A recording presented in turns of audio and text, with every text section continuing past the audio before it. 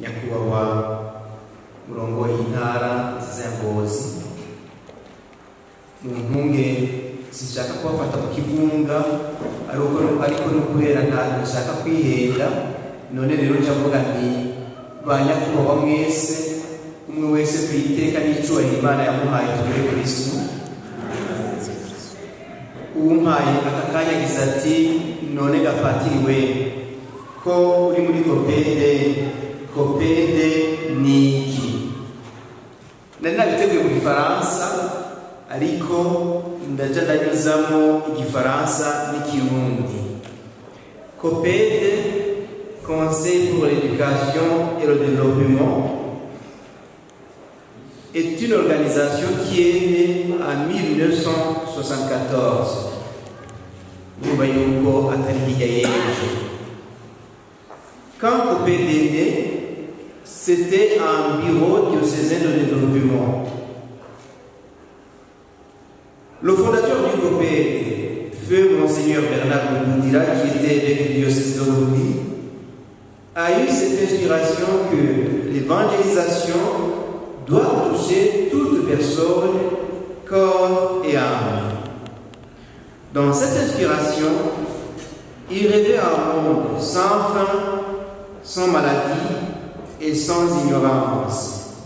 En d'autres termes, il voulait une évangélisation capable en même temps de promouvoir toute la personne en combattant aussi la faim, l'ignorance et les maladies.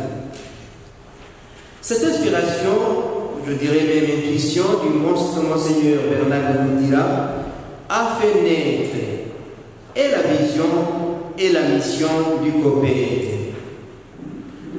Ainsi, dès sa naissance, la vision du Kopede a été formulée de cette manière. La construction d'un monde où la faim, l'ignorance et la maladie seraient éradiquées selon une vision de promotion intégrale de la personne humaine. Si je reprends la formule telle qu'elle est livrée dans nos documents, Kopede pour une société construite sur base du développement intégral de la personne, mais dans un environnement sain et viable. Et quelle était alors la mission? Une fois qu'on a défini la vision, on a aussi défini la mission du Kopede.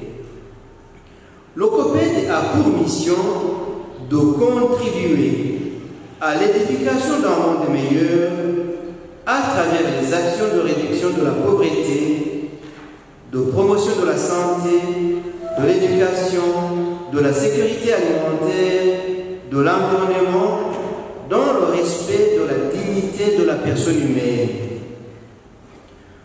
En plus de cette vision et de cette mission, pour rester ancré dans l'esprit de l'Évangile, Kopede s'est laissé inspiré par les principes et valeurs fondamentaux de l'Évangile, notamment le souci d'une dynamique d'améliorer les conditions de vie des populations, le respect de la dignité de la personne humaine, la justice sociale et l'équité et la valeur de solidarité.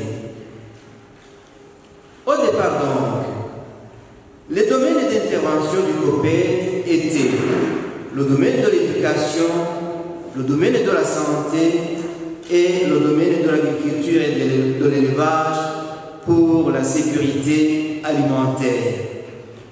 Tubifatanye na bya bindi ikivugo cyari un monde sans fin, donc sécurité alimentaire, agriculture et élevage, un monde sans maladie, domaine de la santé, et un monde sans ignorance, domaine de l'éducation. Dans cette optique, il faudrait faire un parcours en arrière pour voir toutes les réalisations du Kopede dans l'éducation, les écoles construites, dans la santé, les centres de santé, les adductions d'eau, etc., etc. En parlant de la santé, je peux dire que la vision du fondateur du Kopede fut prophétique. En effet, En 1986, 12 ans après la naissance du COPED, la Conférence internationale pour la promotion de la santé, réunie à Ottawa au mois de novembre, a adopté une charte en vue de contribuer à la réalisation de l'objectif de santé pour tous. Santé pour tous. Notons que bien avant, la déclaration d'Almata avait insisté sur les soins de santé primaire. Et si je souligne ces deux moments dans le domaine de la santé, c'est pour montrer combien l'inspiration du fondateur du COPED était vraiment prophétique.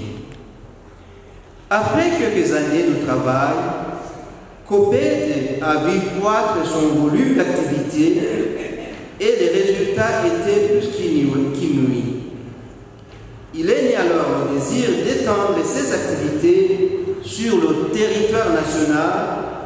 Ainsi, en 1989, COPED a été agréé comme une organisation non gouvernementale qui peut réaliser des projets partout au Burundi, dans toutes les provinces et dans tous les diocèses.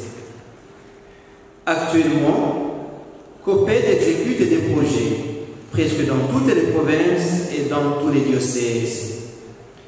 Et quels sont les domaines d'intervention aujourd'hui? Il y a le domaine de la santé, le domaine de l'éducation, sécurité alimentaire et nutrition, mais il y a aussi le domaine de l'environnement, le domaine de l'humanitaire, et en partenariat avec d'autres organisations, COPED a contribué aussi dans la gestion des urgences, et tout cela dans la logique de l'inclusion. Avant de clore cette brève présentation du COPED, je voudrais dire que COPED est une organisation nationale qui contribue au développement durable et résilient de notre chère patrie. Grâce aux projets qui s'étendent au domaine ici mentionné, COPED, et grâce aussi à son approche participative, COPED ne cesse de travailler pour le développement communautaire durable. Le projet Wiyizire, qui vient d'être lancé par Yenichoubaïro, notre gouverneur, entre dans ces projets du domaine de la santé. Dans quelques instants, Madame Charlotte, chef du projet, va nous aider à comprendre en long et en large en quoi vient contribuer au bien-être de la population le projet Wiyizire. En nous ouvrant la porte dans cette province, nous devenons votre partenaire. Dans la mesure du possible, nous savons que nous pouvons compter sur vous et que vous pouvez compter sur nous. Vive alors la collaboration, vive le développement communautaire durable et résilient. Je vous remercie.